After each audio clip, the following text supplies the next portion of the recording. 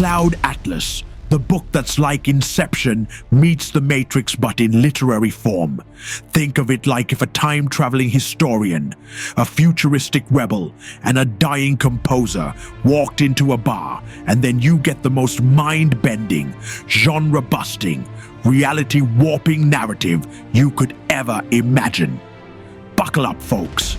You're about to enter a world where stories loop, twist, and echo across time, space, and existence itself.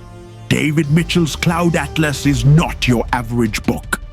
It's a high-speed roller coaster of history, mystery, and philosophy, wrapped up in a 6-story, time-tangled, multi-layered narrative that will leave you questioning everything from the nature of fate to the ethics of reincarnation. It's like someone took a Russian nesting doll and stuffed it with mind-bending sci-fi, dystopian future, historical fiction, and post-apocalyptic thriller, then set it on fire with existential dread. So if you're ready to dive into a maze of interconnected stories that'll make your head spin, let's get started. The structure of Cloud Atlas is like nothing you've ever read before. There are 6 separate narratives, each set in a different time and place. But these stories are intricately interwoven, forming a grand puzzle that unfolds as you read. The catch? You get to read half of each story, and then bam! You're ripped out and tossed into another one, starting at the halfway point, leaving you dangling at the edge of each cliffhanger before you're thrown back into the next thread. Let's break it down.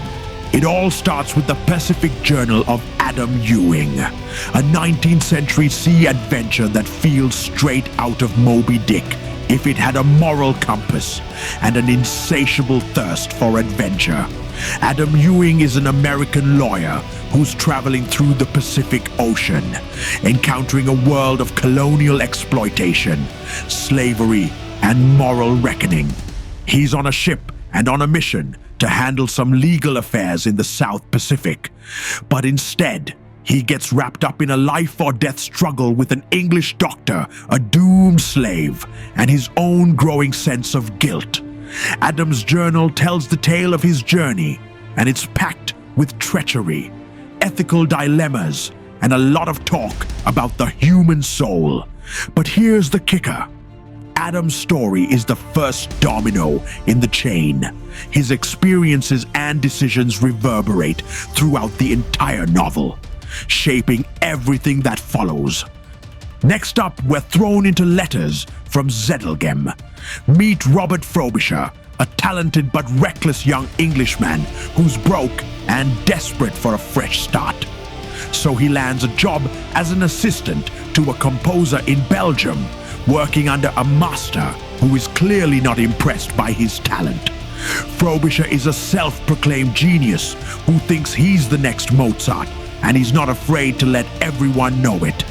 But as he works with his mentor, he gets swept up in an affair, a musical breakthrough, and a series of letters that reveal more about his complicated past and ambitions. Frobisher is the kind of guy who drinks too much, sleeps around, and overestimates his own brilliance. But his story, filled with scandal and creativity, is key to understanding the larger web of fate and consequence. Then hold on tight, because we're diving into the final chronicles of Zachary. Zachary is living in a post-apocalyptic future, a dystopian world where humanity has basically lost its damn mind. We're talking crumbling societies, mind control cults, and technology that's almost magic. Yet humanity is still screwing it all up.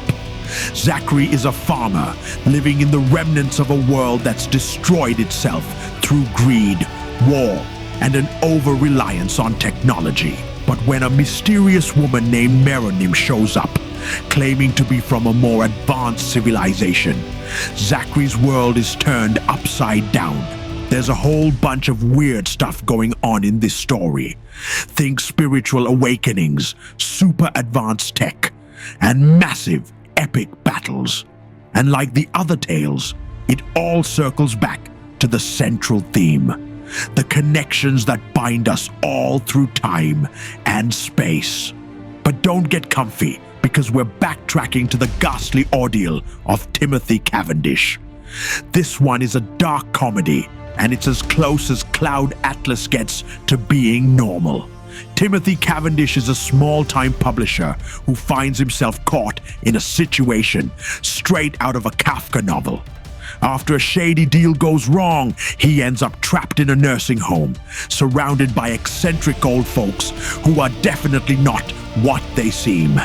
It's funny, it's tragic, and it's a biting commentary on aging, freedom, and how life has a way of throwing curveballs when you least expect it. This story is a palate cleanser between the heavy philosophical stuff. But don't be fooled. It's still playing a huge role in the overall narrative. Then there's An Orison of Sonmi 451. This one straight up dystopian sci-fi with a twist of artificial intelligence and corporate control.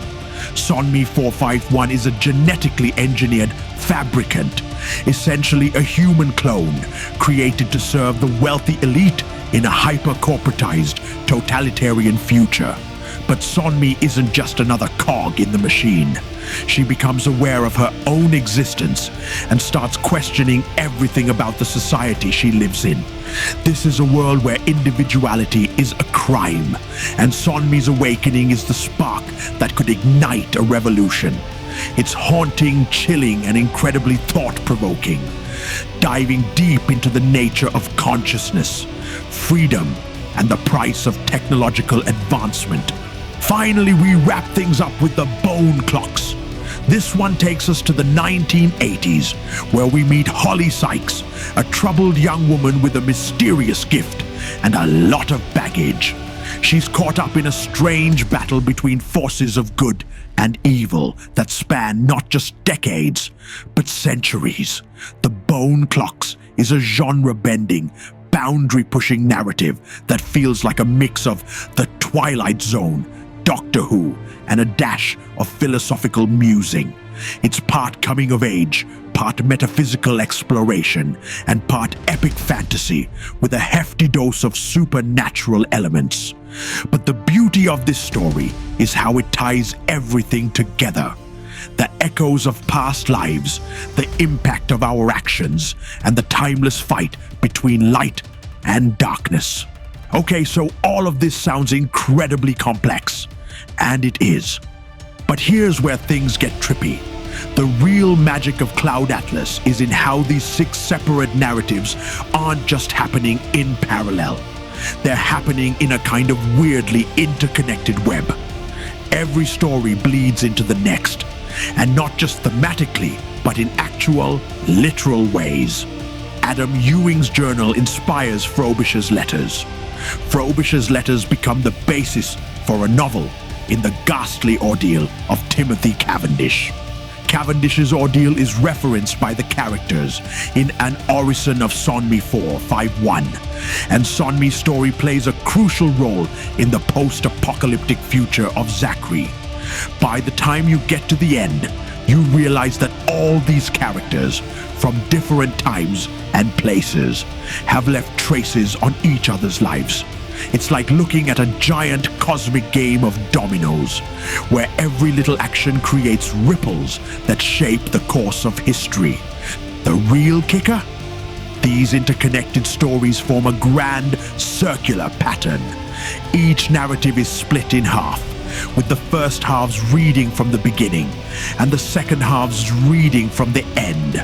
It's like the book itself is folding back on itself, creating this loop where each story finishes where the last one began. You don't just read the book, you experience the way time, fate, and human actions are intricately woven together in a never-ending cycle. And just when you think you've got it figured out, Mitchell throws in a curveball to remind you that nothing is ever as simple as it seems. At its heart, Cloud Atlas is about the connections between us all. It's about how our actions, big or small, echo through time and space. It's about the choices we make and the consequences that ripple outward, affecting generations we may never meet. It's about the way history repeats itself and how we're all just trying to make sense of the chaos. And perhaps most importantly, it's about the enduring power of the human spirit, no matter how many worlds we destroy or rebuild. So, what's the takeaway? Cloud Atlas isn't a book that's easily digestible. It's a puzzle, a riddle, a literary labyrinth that challenges your mind, your emotions, and your very understanding of time and existence. But if you're willing to take the plunge, it'll reward you with a reading experience that will stick with you long after you turn the final page. If you've ever wondered what it feels like to read a book that breaks your brain in the best way possible, this is it.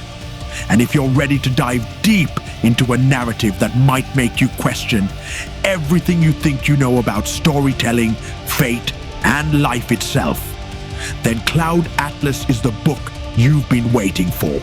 So go ahead, crack it open. The only thing you have to lose is your grip on linear time. If you've read this book, let me know what you thought in the comments below. Don't forget to like, subscribe, and hit the bell so you won't miss my next review.